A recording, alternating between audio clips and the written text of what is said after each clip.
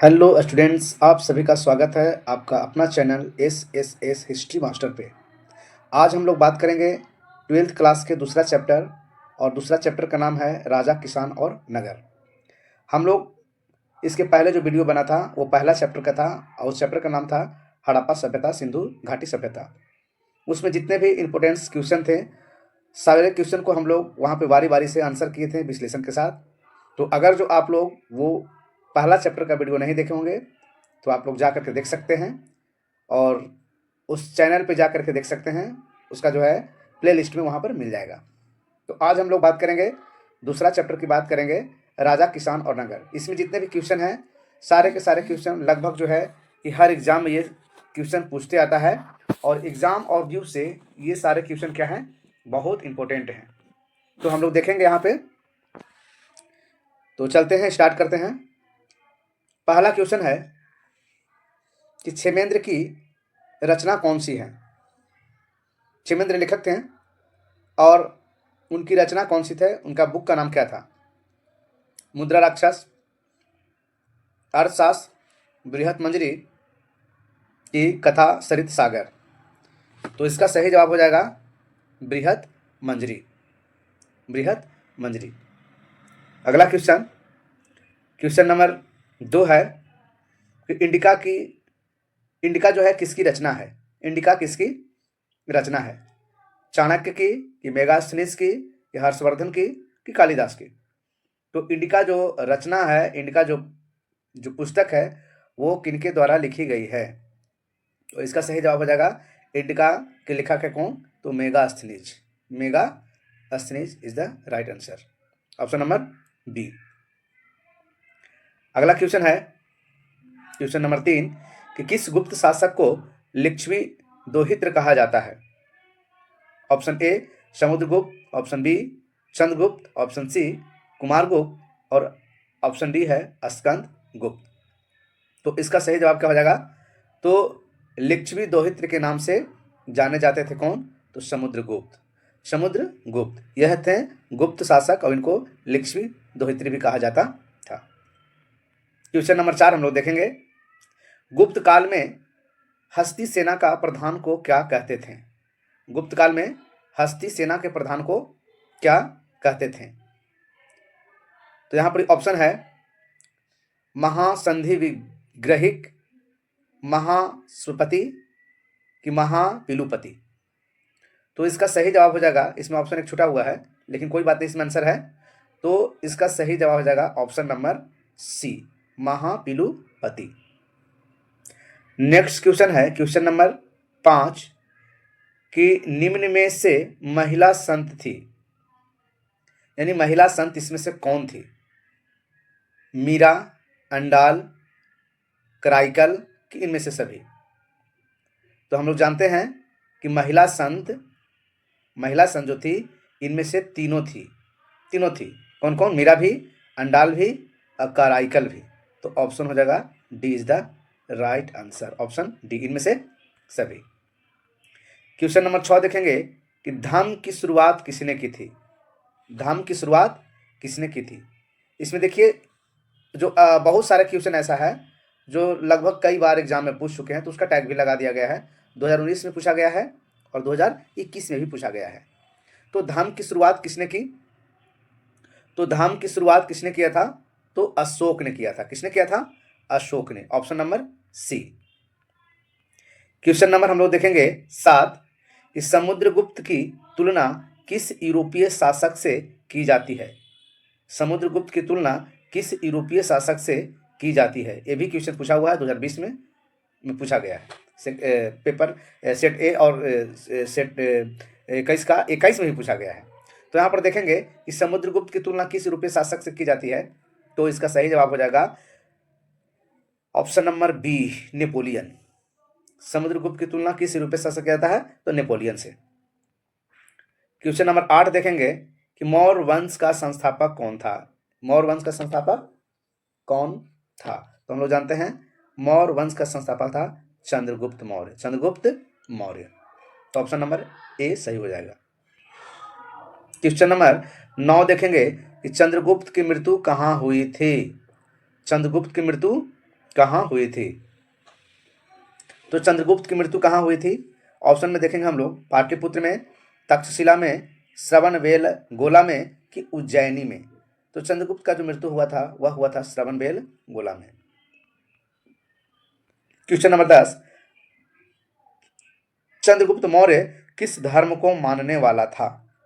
चंद्रगुप्त जो मौर्य था किस धर्म को मानने वाला था? बौद्ध धर्म, जैन धर्म, शैव धर्म कि वैष्णव धर्म? तो चंद्रगुप्त मौर्य जो था यह मानता था कौन? तो जैन धर्म। कौन सा धर्म? जैन धर्म। अगला क्वेश्चन है कि मौर्य वंश का अंतिम राजा कौन था? मौर्य वंश का अंतिम राजा कौन था? तो मौर्य वंश का अंतिम राजा कौन था? अशोक, कुणाल कि संप्रति कि बृहदत्त? तो इसका सही जवाब हो जाएगा बृहद्रथ हो जाएगा, बृहद्रथ। क्वेश्चन नंबर 12 कि मौर्यकालीन टकसाल का प्रधान कौन था? मौर्यकालीन जो टकसाल रहता था उसका प्रधान कौन था? तो इसका सही जवाब हो जाएगा, ऑप्शन देखेंगे हम लोग, कोषाध्यक्ष, मुद्राध्यक्ष, पण्याध्यक्ष कि लवण्याध्यक्ष? तो इसका सही जवाब हो जाएगा ऑप्शन नंबर सी, पण्याध्यक्ष, पण्याध्यक्ष। क्वेश्चन नंबर 13 देखेंगे कि मौर्य वंश की राजधानी कहाँ थी? मौर्य वंश की राजधानी कहाँ थी? विदिशा कि दिल्ली कि पाटलिपुत्र कि राजगीर? तो इसका सही जवाब हो जाएगा पाटलिपुत्र यानी पटना। क्वेश्चन नंबर 14 कि मौर्यकालीन कलिंग राज्य कहाँ स्थित है? जो मौर्यकालीन जो है कलिंग जो है वो कहाँ स्थित है? कलिंग जो है किस राज्य में है? बिहार, बंगाल, उड़ीसा कि मध्य प्रदेश? तो हम लोग जानते हैं कि कलिंग कहाँ है, तो उड़ीसा में है। कहाँ है? उड़ीसा में। क्वेश्चन नंबर 15 है कि मौर्य प्रशासन में समाहर्ता कौन था? मौर्य प्रशासन में समाहर्ता कौन था? केंद्रीय मंत्री, राजकीय कर संग्रह अधिकारी कि मुख्य न्यायाधीश कि अंतःपुर का आरक्षक? तो इसका सही जवाब हो जाएगा option number B. Option number B is the right answer, राजकीय कर संग्रह अधिकारी इसका सही आंसर हो जाएगा। मौर्य प्रशासन में समाहर्ता कौन था? तो राजकीय कर संग्रह अधिकारी को बोला जाता था। क्वेश्चन नंबर 16 देखेंगे कि मौर्य काल में ब्राह्मदेव क्या था?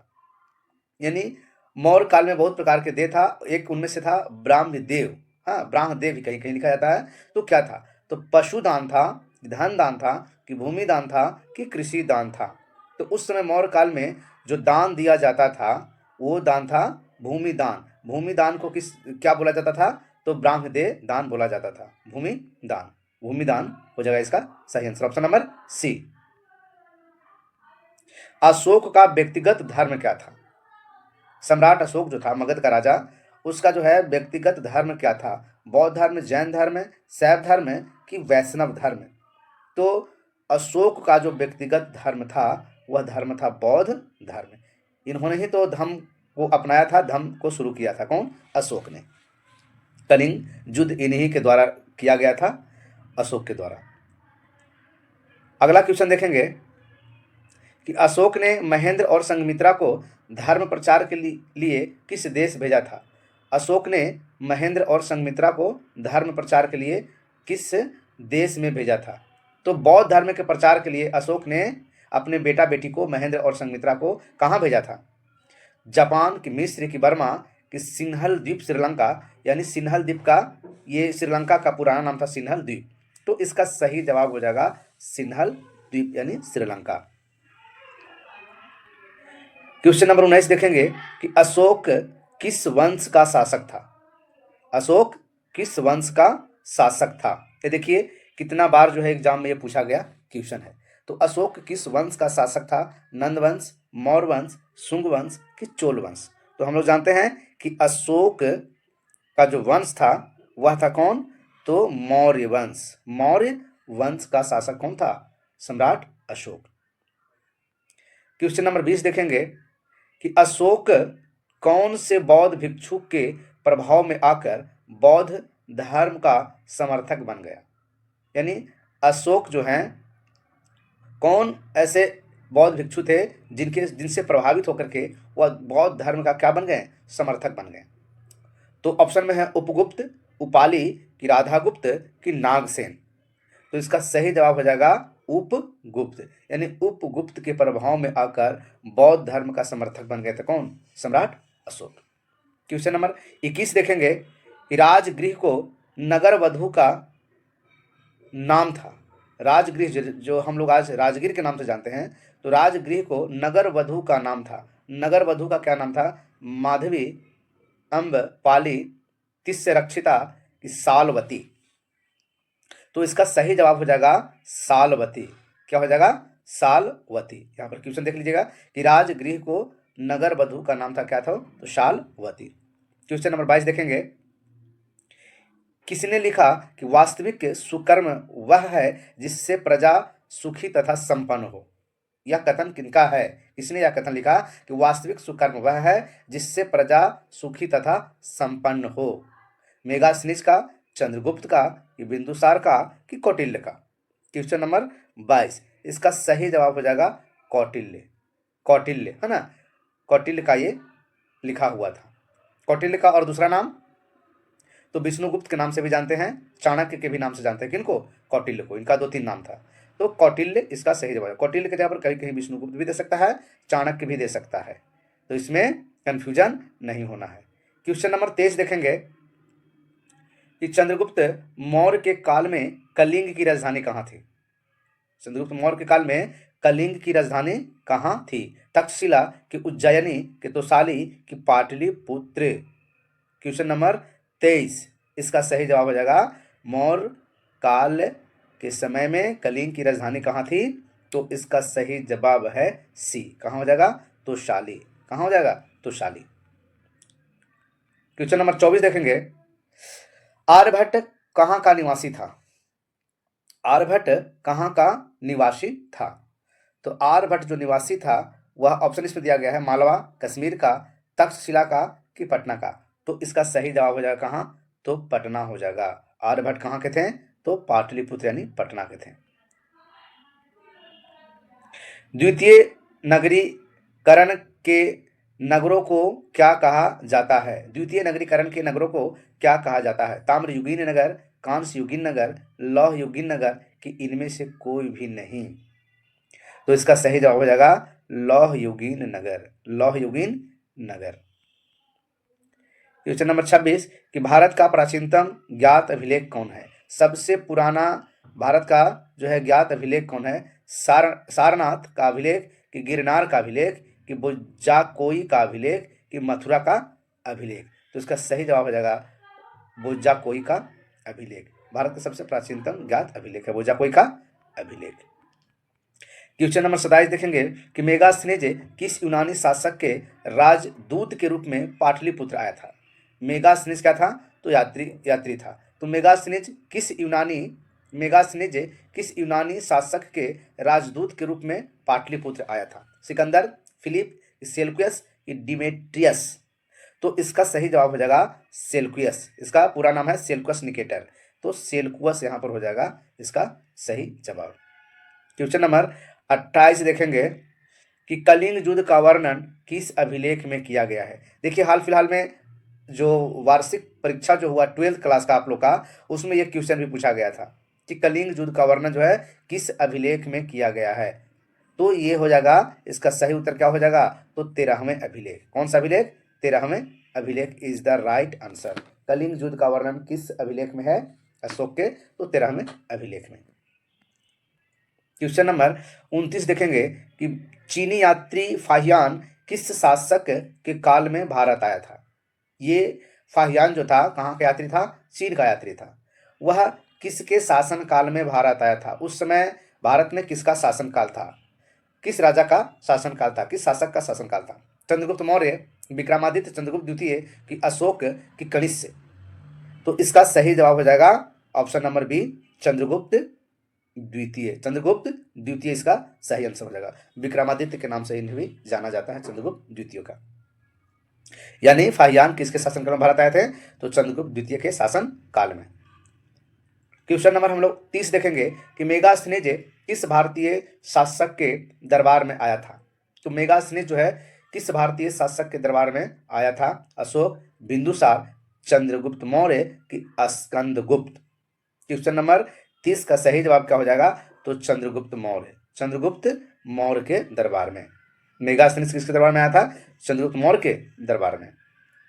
क्वेश्चन नंबर 31 देखेंगे कि किस अभिलेख में सती प्रथा का उल्लेख मिलता है? सती प्रथा का उल्लेख किस अभिलेख में मिलता है? प्रयाग अभिलेख, एरन अभिलेख, मेहरौली अभिलेख कि मथुरा अभिलेख? तो इसका सही जवाब हो जाएगा एरन अभिलेख, एरन अभिलेख में। क्वेश्चन नंबर 32 देखेंगे कि वान भट्ट की रचना कादंबरी में किस शासन काल का वर्णन है? वान भट्ट की रचना, वान भट्ट की रचना कौन सी है? तो कादंबरी। क्वेश्चन इस तरह से पूछता है कि कादंबरी की रचना किसने की? तो वान भट्ट ने। तो वान भट्ट की जो रचना कादंबरी है, इसमें जो है किस शासन काल का वर्णन किया गया है? चंद्रगुप्त मौर्य कि अशोक कि चंद्रगुप्त विक्रमादित्य कि हर्षवर्धन? तो इसका सही जवाब हो जाएगा हर्षवर्धन, हर्षवर्धन।